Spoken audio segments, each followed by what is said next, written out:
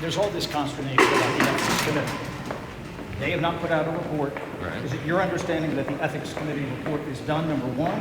And number two, did you give any direction to Michael Gaetz, the chair of the committee, as to what to do to suppress that report?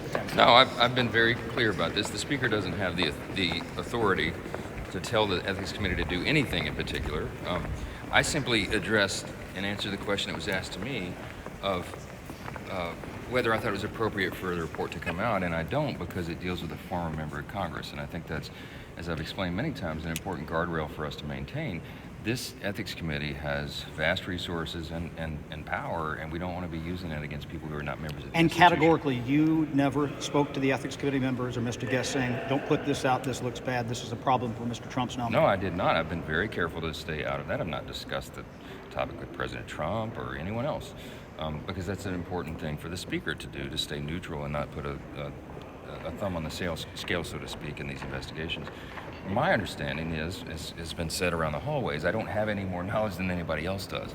But my understanding is that this is an early draft, a rough draft report of what this Ethics Committee is, and or what the investigation is.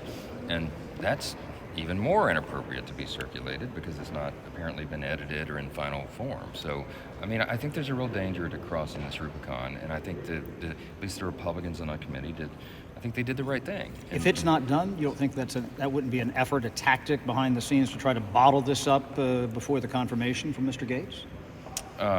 The fact that it's not in final form? Right, that because we've heard mixed things, and that one might say, oh, it's not really done, when in fact it was, and that would be a way to keep it from coming out, and might not come out in a timely fashion before his confirmation hearings.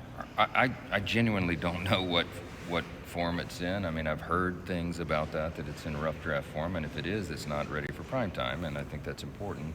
Maybe that was one of the factors in their decision, but I don't know because I haven't spoken to the Ethics Committee members about it because I'm prohibited from doing so. And what about if there were to be a vote here? But Mr. Kasten's resolution, would you urge Republicans to vote to table that? Sure. You argue to do that? Yeah, when it comes to the floor and it's a vote before the body, they will hear my preference on it. My recommendation is to vote against the release, and so we'll see how that shakes out. Will that be after Thanksgiving or today? It will. No, it won't be today. It won't be today. You have to have 2 legislative days, and it was filed yesterday, so we'll wait till after the holidays, and then we'll see what develops between now and then. There's other Republicans now saying they're going to introduce privilege resolutions to try to counter this. Do you think that's a good idea?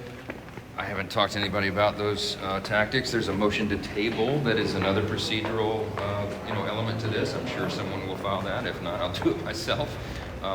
And we'll see how that comes out. So we'll see what develops. Thank you.